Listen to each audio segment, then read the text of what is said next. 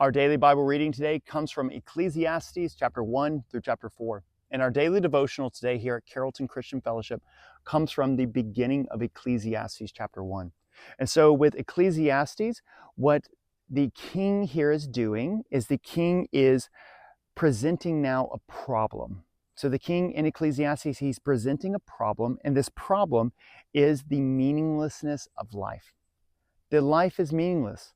That life without the Lord as the supreme of everything, as Him as the center focus of everything, as Him, just as we talked about in Proverbs, without the Lord being the center of all of our respect, without that, life is meaningless. And then so in verse 2, the king here goes and he talks about how life is vanity. Life is vanity and it's without meaning when there is nothing above ourselves. When there's nothing and our pleasure is going and is not being used and spent on anything above ourselves. When everything is all about us. When everything is all about us, life is vanity. So vanity, vanity. When everything is all about you. When everything you do is all about your pleasures. When everything you do is all about what you can get and all about everyone having to look at you. It's vanity. It needs to be about something greater and better. And what better than the creator of all things? And not only the creator of all things, but the one who has given us our salvation. So there's no one else better and greater than for everything to be about than the Lord. And then we see in verse 3 that the king here points out and talks about the life and work that happens under the sun.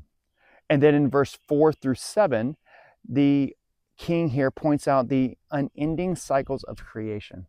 What the king here has observed about the unending cycles of creation and what has been created. What are the cycles of it? And what happens? How does it work and how does it happen now that we live after the fall? After sin has been introduced, what's the cycle of all of creation? And so we need to not think that we're any different. We need to not think that we are outside of this cycle.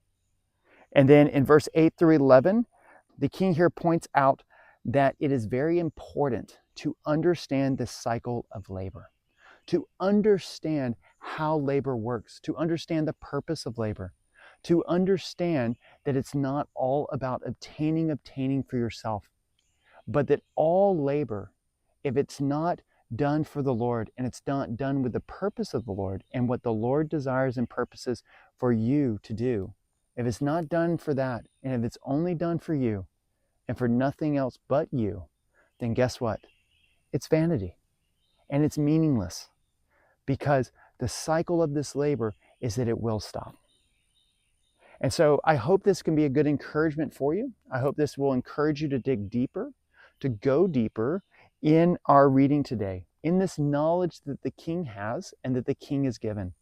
I hope that this will encourage you to go and to understand more and more that so much of all of this applies to our day today.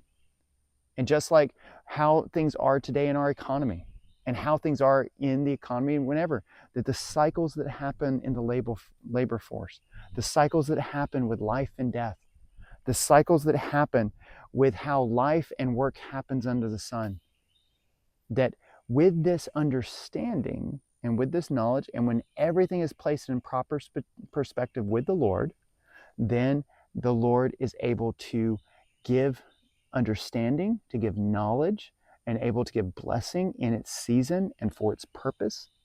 And so again, I hope this will be encouragement for you, and I hope that this will encourage you throughout the day to make things about the Lord, to make and to center your focus on spending time with the Lord. And we look forward to seeing you tomorrow. So take care. Have a blessed one.